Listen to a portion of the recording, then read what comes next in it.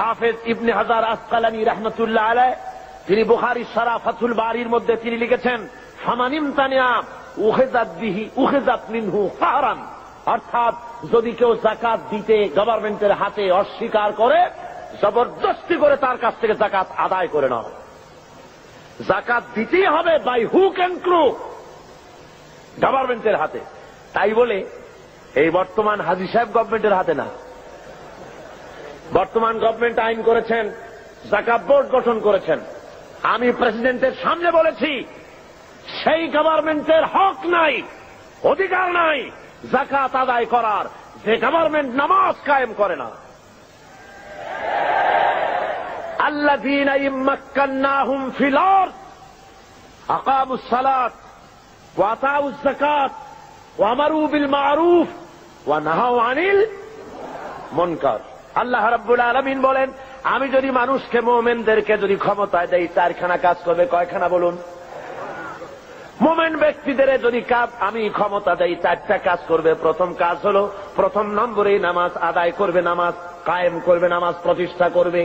Order দিয়ে দিবে নামাজ পড়তে হবে বাধ্যতামূলক। কোন অফিসার, কোন স্কুল, কোন কলেজ, কোন ইউনিভার্সিটি নামাজের অর্থে চলতে পারবে না, নামাজের সময় বন্ধ করে দিতে হবে।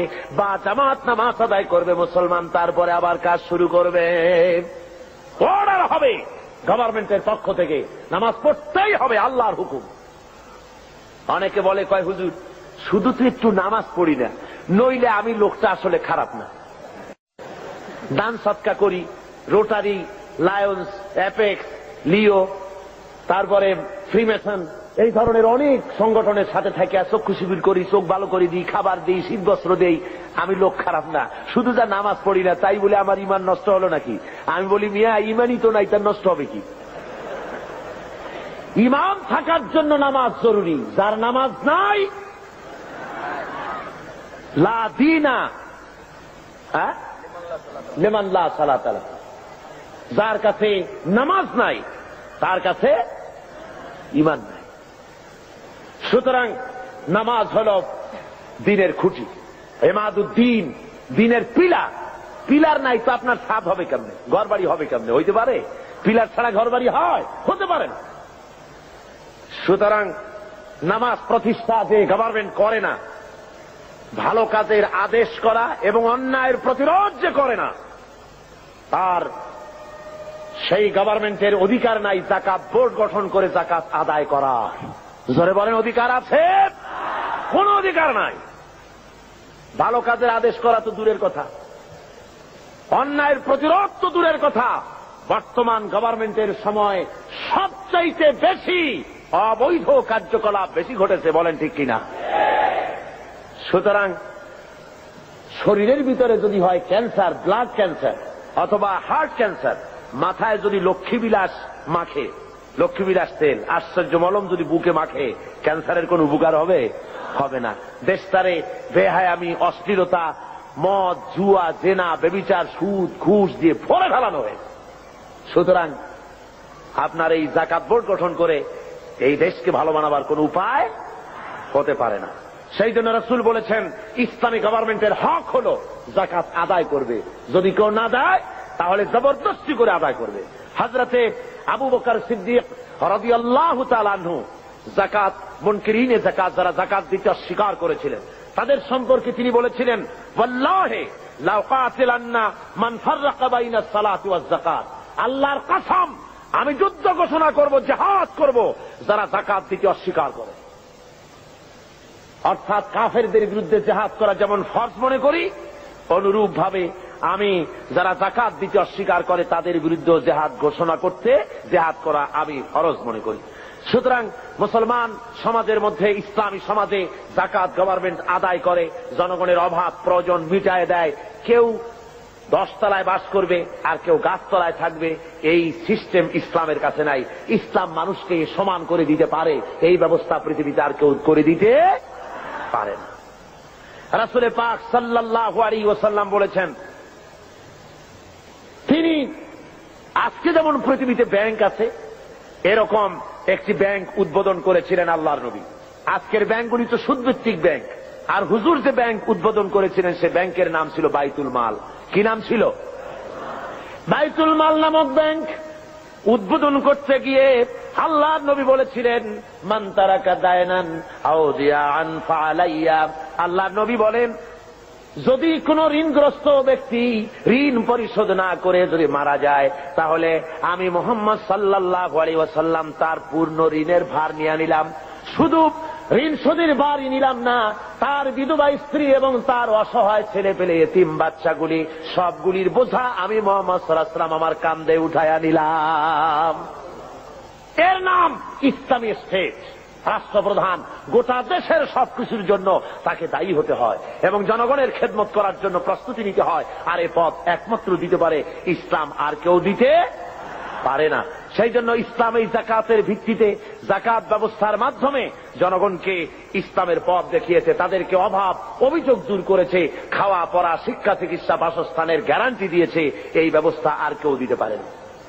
আল্লাহ রাব্বুল আলামিন কোরআনে কারীমের মধ্যে বলেন, কায়লা ইয়াকুনা দুলাতাম বাইনাল আগনিয়াই মিনকুম, তোমাদের কিছু সংখ্যক ধনীদের হাতে যেন সম্পদ পুঞ্জীভূত হয়ে না থাকে, গুটি কয়েক ধনীদের কাছে যেন সম্পদ পুঞ্জীভূত হয়ে না থাকে, বরং তা স্প্রেড করে গোটা সমাজের মধ্যে যেন যাকাত সৎকার আকারে তা যেন ছড়িয়ে যায়। আল্লাহ রাব্বুল আলামিন বলেন, কিয়ামতের দিন জাহান্নামীদেরকে প্রশ্ন করা হবে, ইয়াতাসাআলুনা আনিল মুজরিমিন মা সালাকাকুম ফি সাকার। জাহান্নামীদেরকে জিজ্ঞাসা করা হবে, কেন তোমরা আজকে জাহান্নামে এলে?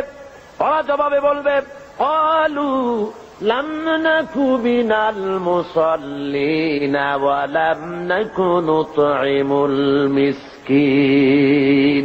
ওরা বলবে, আমরা নামাজ আদায় করতাম না আর আমরা ফকির মিসকিনদেরকে খেতে দিতাম না, এই কারণে জাহান্নামে এসেছি। এই আয়াত দ্বারা প্রমাণ হলো জাহান্নামে মানুষ যত কারণে যাবে তার মধ্যে দুইটা কারণ হলো বড়। কয়টা কারণ বড়? দুইটি কারণ বড়। একটি হলো নামাজ আদায় না করা, 2 নম্বর হলো এতিম মিসকিন গরিবদেরকে খেতে না দেওয়া। যদি এভাবে করা হয়, এ কারণে আল্লাহ তাদের জাহান্নামে দিবেন। আল্লাহ রাব্বুল আলামিন বলেন, আরাআইতাল্লাযী ইউকাযযিবু বিদ্দীন। পড়েন সবাই, আরাআইতাল্লাযী ইউকাযযিবু বিদ্দীন ফাযালিকাল্লাযী ইয়াদুউল ইয়াতীম ওয়ালা ইয়াহুদ্দু আলা তুআমিল মিসকিন ফাওয়াইলুল লিল মুসাল্লিন আল্লাযীনা হুম আন সালাতিহিম সাহুন আল্লাযীনা হুম ইউরাউনা ওয়া ইয়ামনাউনাল মাউন। হে নবী, আপনি কি দেখেছেন ওই ব্যক্তিকে যে পরকালকে অস্বীকার করেছে, দিনকে অস্বীকার করেছে? পরকাল আর দিনকে অস্বীকার করেছে কারা? যারা নাকি এতিমকে গলায় ধাক্কা দিয়েছে আর মিসকিনকে খেতে দেয়নি। এতিমের গলায় ধাক্কা মারা আর মিসকিনকে খেতে না দেওয়া পরকালকে অস্বীকার করার শামিল। জোরে বলেন সুবহানাল্লাহ। কত বড় কথা! এতিম মিসকিনকে গলায় ধাক্কা মারা এবং মিসকিনকে খেতে না দেওয়া, এতিমকে ধাক্কা দেওয়া আল্লাহ রাব্বুল আলামিন বরদাস্ত করেন না। পরকালকে অস্বীকার করার শামিল এগুলি হয়ে যায়। তাই ইসলাম বলেছে, গরিব মিসকিনকে ভালো ব্যবহার করো, তাদেরকে খাবার দাও, পড়ার দাও। আর এর সব কিছুর দায়িত্ব হলো গভর্নমেন্টের। ইসলামী গভর্নমেন্ট যদি হয়ে যায়, কোরআনের রাজ যদি কায়েম হয়ে যায়, তাহলে কেউ 1000 বিঘা জমির মালিক হবে আর কারো রান্নাঘর উঠাবারও জায়গা থাকবে না। এই ব্যবস্থা ইসলাম হলে এ ব্যবস্থা থাকতে পারবে না। সুতরাং শহরের, দেশের সবচাইতে ভালো বাড়িটিতে প্রেসিডেন্ট থাকবেন, ভালো ভালো বাড়িগুলিতে মন্ত্রীরা থাকবেন, জেলার সবচাইতে ভালো বাড়িতে কমিশনার বা ডিসি থাকবেন, আর জনগণ থাকবে কুড়ে ঘরে, থাকার জায়গা নাই। Kamalapur rail station, Chittagong rail station, স্টেশনে কোন রকম করে মাথা গুঁজে থাকবে। ইসলাম এই ব্যবস্থা করে না। সকলের থাকা, খাওয়া, পড়া, শিক্ষা, চিকিৎসা, বাসস্থান দেয় কে? জোরে বলেন, কে দেয়? ইসলাম দেয়।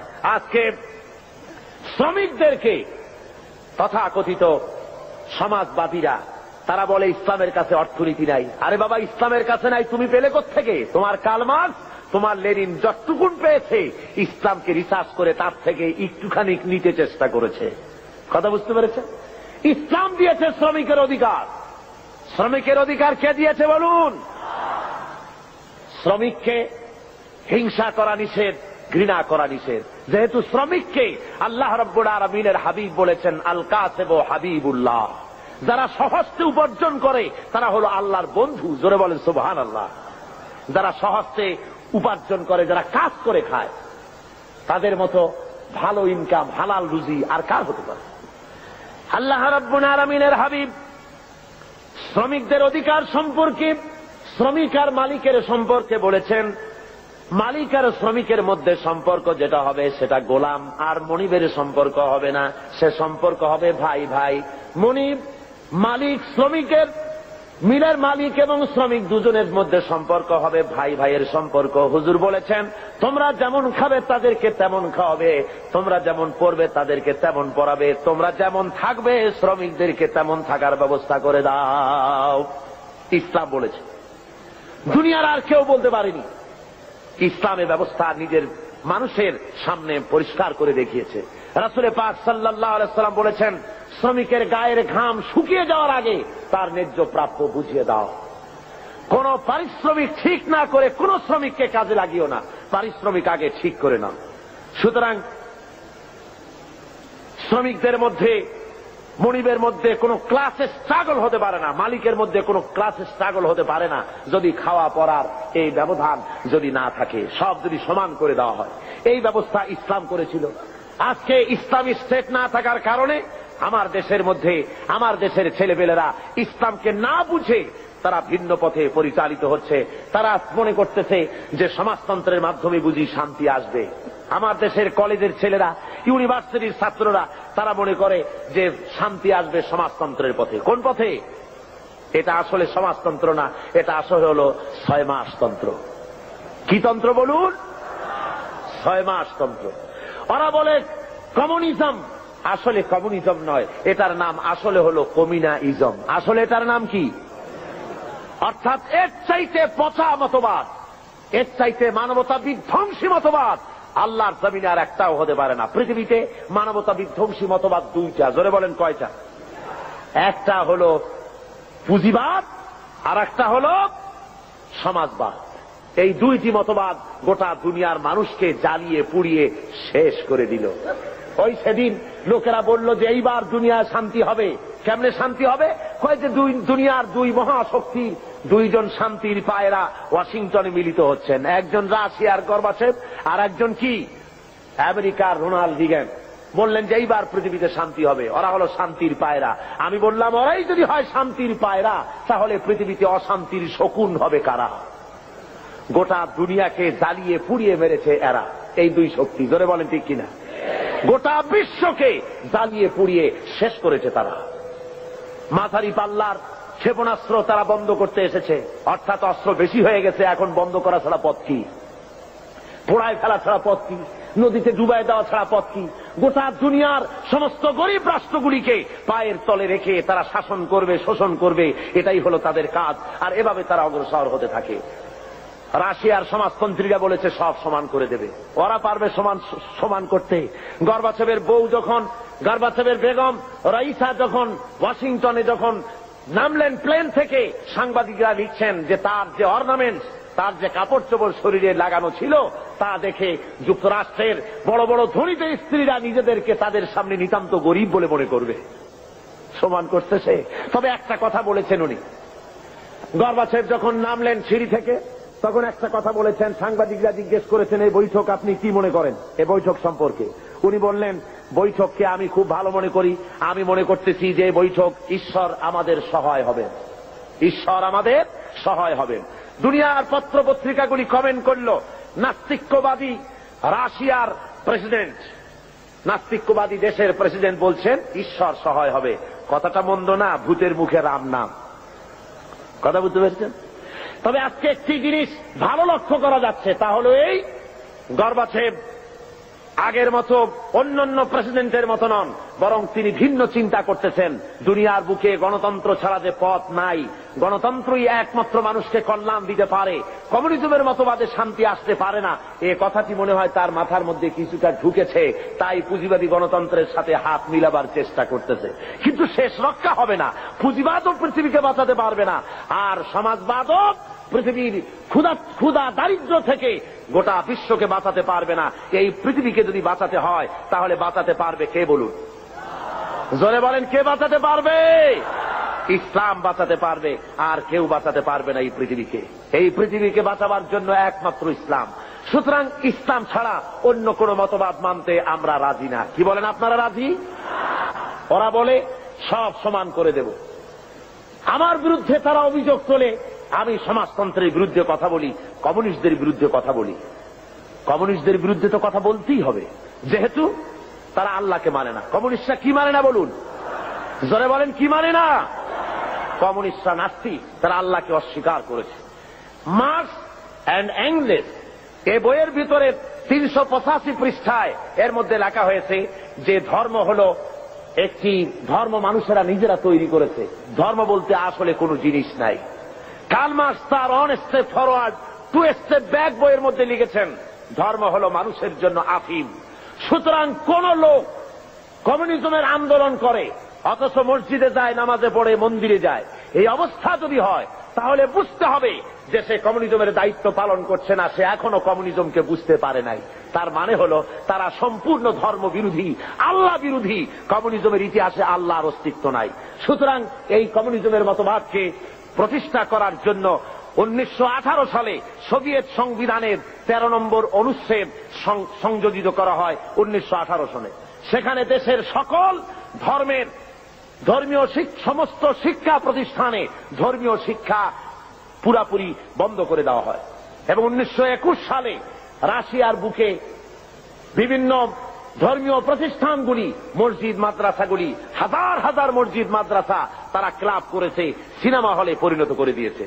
1924 সালে তারা রাশিয়ান সরকারের অধীনে সেখানে গডলেস অ্যাসোসিয়েশন হয়, অর্থাৎ খোদাদ্রোহী, খোদা মানে না নাস্তিকদের সমাজ সেখানে তৈরি হলো। এবং তারা একই বছরে হাজার হাজার আলিমদেরকে, মুসলমানদেরকে সেখানে তারা জবাহ করল। রাশিয়ার ভিতরে মসজিদ মাদ্রাসা যেখানে ছিল, আপনার আজ থেকে অন্তত অক্টোবর বিপ্লবের পূর্বে আমার কাছে এই রাশিয়ানদের বিপ্লবের বইপত্র বহুত আছে। সেই বইপত্র থেকে আমি সংগ্রহ করেছি, আপনারাও পড়তে পারেন। রুশ, ভারত, বাংলাদেশ একটি বই আছে, বাংলাদেশে বেরিয়েছে। এছাড়া অনেক অথেন্টিক বই আমার কাছে আছে রাশিয়া সম্পর্কে। আমি আন্দাজে বক্তৃতা করি না, পড়াশোনা করে বক্তৃতা করি। পুঁজিবাদী দেশ চোখে দেখেছি, সমাজতান্ত্রিক দেশও চোখে দেখেছি। চোখে দেখে তারপরে বক্তব্য রাখি। অক্টোবর বিপ্লবের পূর্বে সোভিয়েত রাশিয়ায় মসজিদের সংখ্যা ছিল 26,279টি, আর 1959 সনে এসে এই মসজিদ দাঁড়িয়েছে 1200-তে। এরপরে এই মসজিদের সংখ্যা আরো কমে গেছে, অর্থাৎ মসজিদগুলি ক্লাব বানানো হয়েছে, নাট্যশালা বানানো হয়েছে, আর যুব কমিউনিস্টদের তাস, তাসা, জুয়া খেলার অফিসে পরিণত করা হয়েছে। জোরে কন্যা উজুবিল্লাহ। রাশিয়ার ভিতরে মুসলমানদের জোহরের নামাজ পড়া নিষেধ, আসরের নামাজ পড়া নিষেধ। নামাজ পড়লে পরে তাহলে উৎপাদন কমে যাবে, সেই জন্য নামাজ পড়তে দেওয়া হয় না। খাতনা করা নিষেধ। হজ তো করতেই পারে না, হজ করার কোন সুযোগ তাদের কাছে নাই, যেহেতু ব্যক্তি মালিকানা নাই, হজ করবে কেমনে? যাকাত দেওয়ার তো প্রশ্নই ওঠে না। এই অবস্থা হলো সেই সমাজে। মানুষেরা সবচাইতে বেশি দুঃখে কষ্টে সেখানে আছে। বিশ্বকবি, কবি সম্রাট আল্লামা ইকবাল রহমাতুল্লাহ আলাইহে তিনি ওই রাশিয়া সফর করে তিনি বলেছিলেন দুঃখ করে, আয়ে তয়রে লাহুতি উস রিজক সে মৌত আচ্ছি, জিস রিজক সে আতি হো পরওয়াজ মে কোতাহি।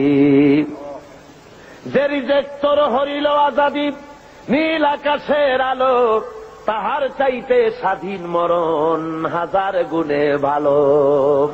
যে রুজি খেতে গিয়া হে উড্ডয়নশীল পাখি, যে রিজেক খেতে গিয়ে তোমার স্বাধীনভাবে ওড়া বন্ধ হয়ে গেছে, ওরার স্বাধীনতা বন্ধ হয়ে গেল, তার চাইতে তোমার স্বাধীনভাবে না খেয়ে মরে যাওয়া অনেক ভালো ছিল। রাশিয়ার বুকে লোকেরা কথা বলার অধিকার পায় না, পত্রিকা গভর্নমেন্টের, টেলিভিশন গভর্নমেন্টের, সেদেশের তাদের রেডিও গভর্নমেন্টের, প্রচার মিডিয়া সব গভর্নমেন্টের হাতে, জনগণের কাছে কিছু নাই। এই এলাকায় যদি 10,000 লোক খতম করে দেওয়া করে, পাশের 1 মাইল দূরে লোকেদের জানার কোনো উপায় নাই। প্রত্যেকটা মানুষের পেছনে গোয়েন্দা লাগানো রয়েছে। নিজের বাক স্বাধীনতা নাই, গণতন্ত্র নাই। বলেন রাশিয়া গণতন্ত্র আছে? জোরে বলেন আছে? কোরিয়ায় গণতন্ত্র, আপনার যেসব জায়গায় সমাজতন্ত্র প্রতিষ্ঠা হয়েছে সেসব জায়গায় কি গণতন্ত্র আছে?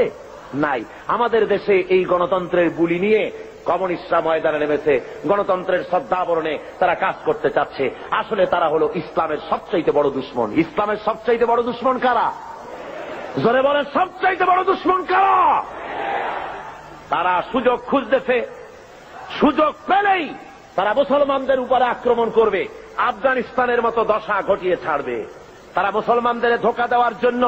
আপনারা বলেন, কোনদিন আপনারা শুনেছেন যে কমিউনিস্টরা হজ করেছে? কমিউনিস্টদের লিডাররা তো সব বড় বড় ধনী, কোটি কোটি টাকার মালিক কমিউনিস্টদের লিডারেরা। আপনারা শুনেছেন কোন কমিউনিস্ট লিডার জীবনে হজ করেছে? শুনেছেন? জোরে জবাব দিবেন, শুনেছেন? কোনদিন তাদের রোজা রাখতে দেখেছেন? কোনদিন যাকাত দিতে দেখেছেন? কোনদিন তাদেরকে কোন আলেম ওলামাদের কাছে এসে দোয়া চেতে দেখেছেন? অর্থাৎ তারা আল্লাহকে সম্পূর্ণ স্বীকার করেছে, তারা আল্লাহকে মানে না। শুধুমাত্র বাংলাদেশের যেহেতু 10 কোটি মুসলমান, কাজ করতে অসুবিধা হবে, তাই তাদের নেতা মরে গেলে পরে জানাজার অনুষ্ঠান করে মানুষকে ফাঁকি দেওয়ার জন্য। তাদের নেতা মারা গেল আর জানাজার জন্য বাইতুল মুকাররমের সমস্ত টুপি খরিদ হয়ে গেল। বাইতুল মুকাররমে আর টুপি ছিল না, সব টুপি তারা কিনল। কেনার পরে চলে গেল জানাজার নামাজ পড়ার জন্য। জানাজা পড়তে গেল,